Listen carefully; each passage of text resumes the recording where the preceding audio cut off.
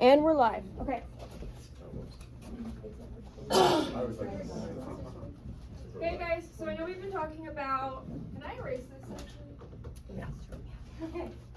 So we've been talking about the Gilded Age for the last little bit, but we're going to go back in time and talk about Western expansion, okay? Your objective for today. Students will be able to explain the concept of manifest destiny and how it relates to westward expansion. Okay? So let's start off by defining manifest destiny. I'll write up on the board.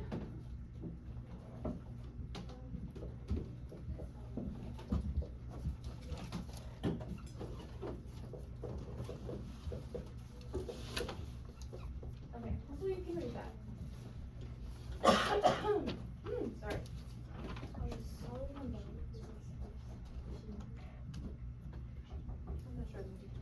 Is that it?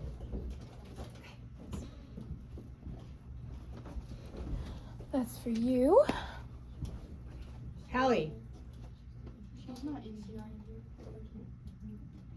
So that she's excused.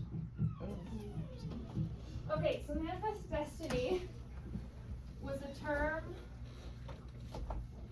that was come up with in 1845 in a newspaper by a man named John L. O'Sullivan.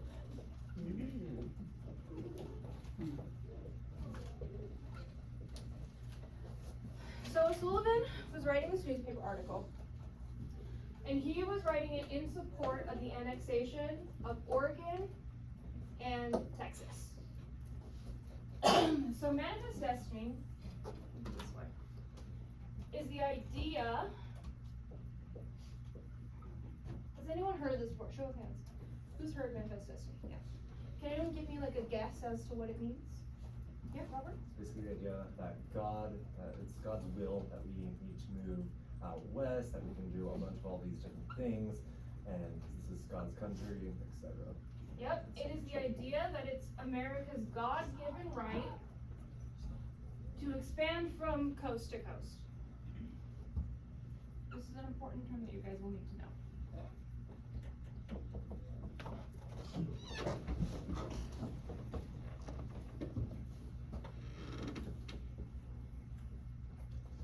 Okay, so I know we've talked about some expansion events in the past, things that caused people to move west. Can anyone remember like what some of them are? Where we get these mass migrations of people west? Gold rush. Gold rush, that's a really good one. Any others? Yeah, the homesteading bit where everyone was settling on the Great Plains to see if they could grow out and farm. For sure, these are good examples. Okay, this is a really famous image called American Progress. I want you guys to look at this image real quick. If you have it on your computers, you can zoom in. And I want you guys to analyze it and tell me, there's a lot of symbolism in here. So tell me, what symbols can you identify and what they mean? Take a couple minutes just to do that.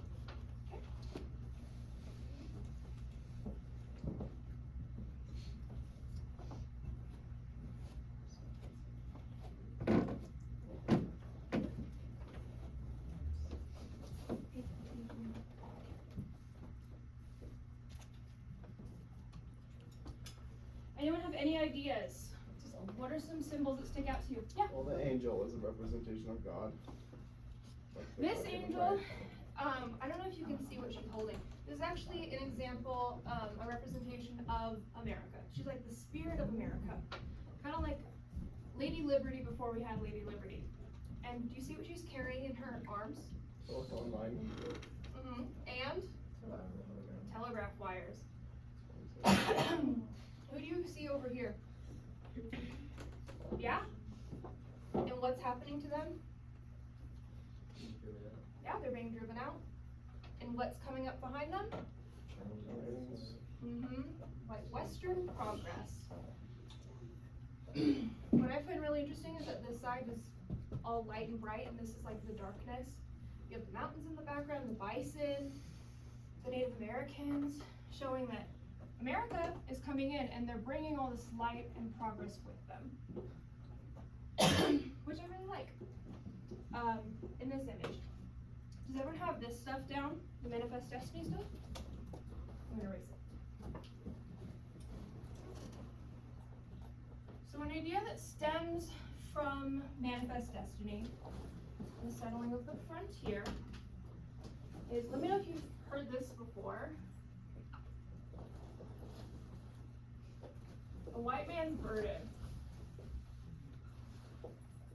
Have you guys ever heard of this before? No? So this was a term popularized by a man who was a British author.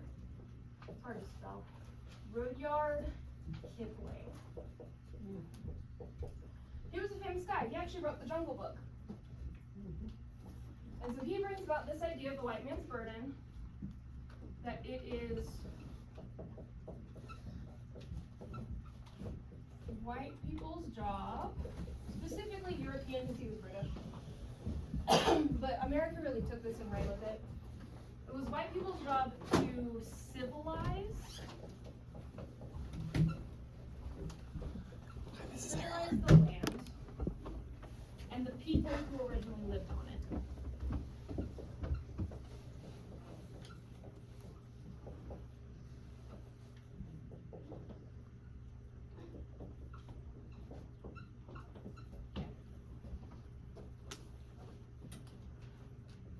Make sure you get that white man's burden. It's never good term. Okay, I want you guys to just turn to your neighbor and paraphrase, put in your own words, Manifest Destiny and white man's burden. Let's go. This is my third computer, so I'm just gonna sit in here until it works.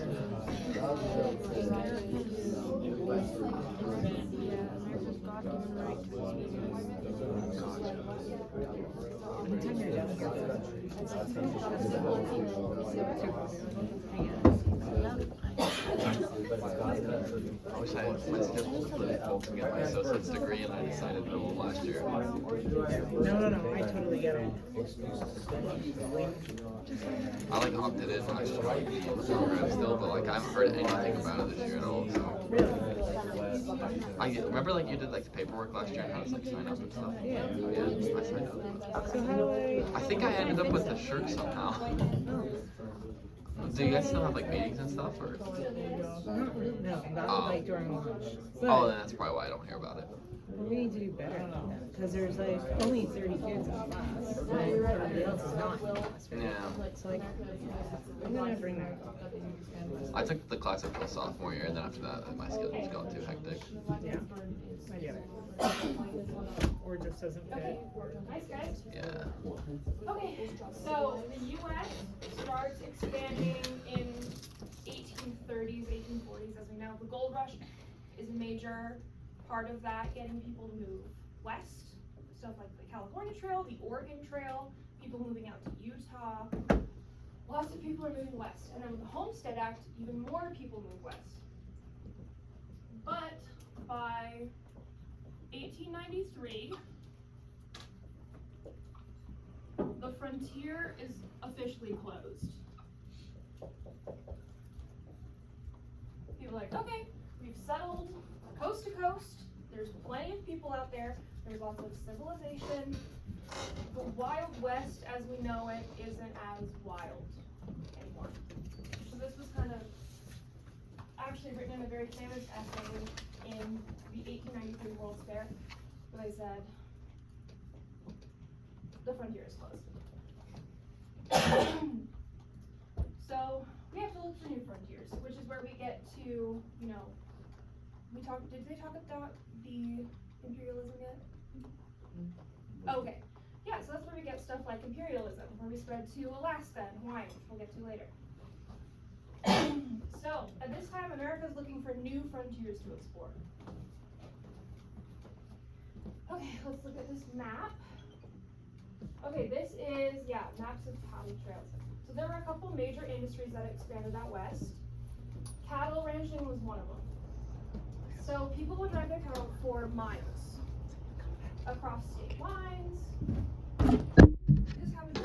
Okay. Let's this first question. Why would a rancher want to drive cattle anywhere? Turn to your partner and talk about it. Come up with an idea. Let them get deaded in Chicago. Thank you, Robert. Oh, I didn't see that.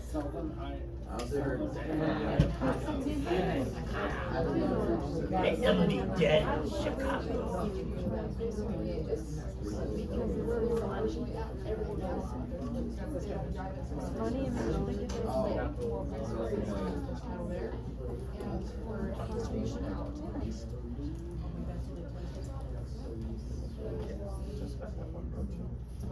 Okay, who wants to share? What ideas did you guys come up with? Andy, did you come up with anything? Oh. Here, you go first, Andy, you go second.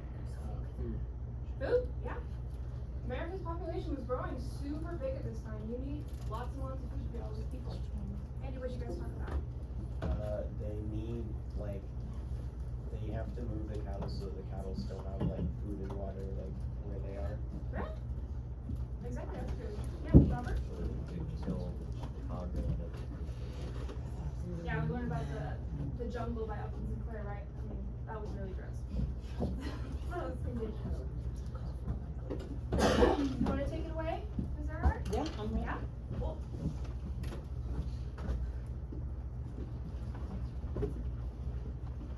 Guys, I'm surprised you didn't have every single answer. Because it doesn't